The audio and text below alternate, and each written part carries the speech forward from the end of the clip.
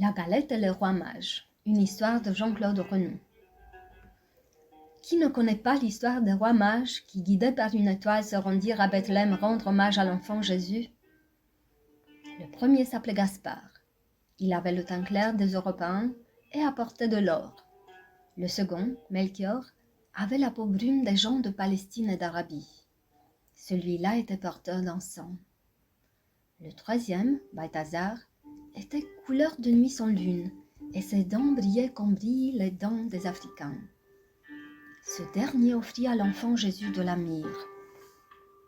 On sait moins ce qui leur advint sur le chemin du retour. Ils étaient savants en beaucoup de choses, certes, mais cela n'empêcha point qu'ils se perdirent bel et bien, n'ayant plus le secours de l'étoile pour les aider. Après avoir marché plusieurs jours dans le désert, à bout de nourriture et sans eau, ils aperçurent enfin une misérable maison devant laquelle se tenaient un couple et 2 enfants.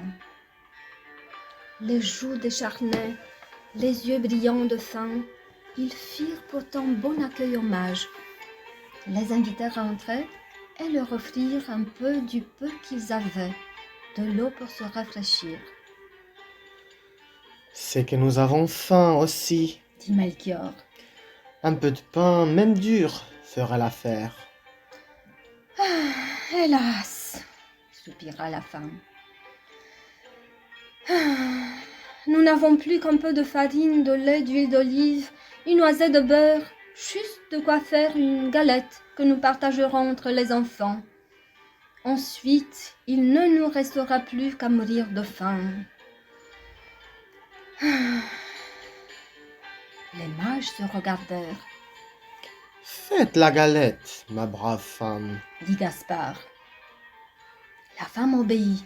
La galette était toute juste suffisante pour une personne. Gaspard, qui avait le teint clair des Européens, plia la pâte en 2, et la galette doubla en volume. Melchior, le mage à la peau brune des gens de Palestine et d'Arabie, plia de nouveau la pâte en 2, et il y en eut pour 4. Balthazar, le roi nègre couleur de nuit sans lune, plia encore la pâte en 2, et il y en eut pour 8.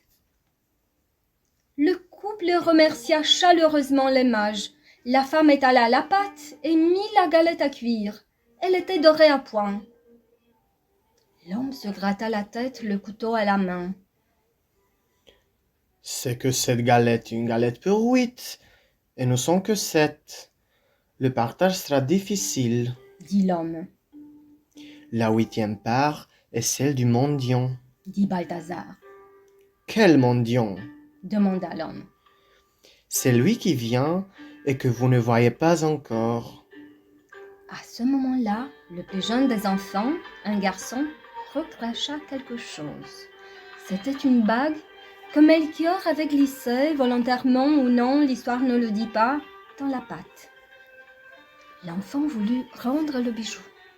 Le mage sourit, ôta la couronne de sa tête et en coiffa l'enfant. « Tout enfant est roi. Tel est le message que va délivrer un autre enfant, né il y a peu non loin d'ici. Pour commémorer ce jour, je veux que chaque année on fasse une galette, et qu'on n'oublie pas la part du pauvre, qu'on y glisse une fève pour désigner un roi ou une reine, ne serait-ce que pour une journée. » Les pauvres gens promirent de respecter la volonté des mages. C'est ainsi que naquit la tradition de la galette des rois, qui se répandit et qu'on se l'a transmise jusqu'à nos jours.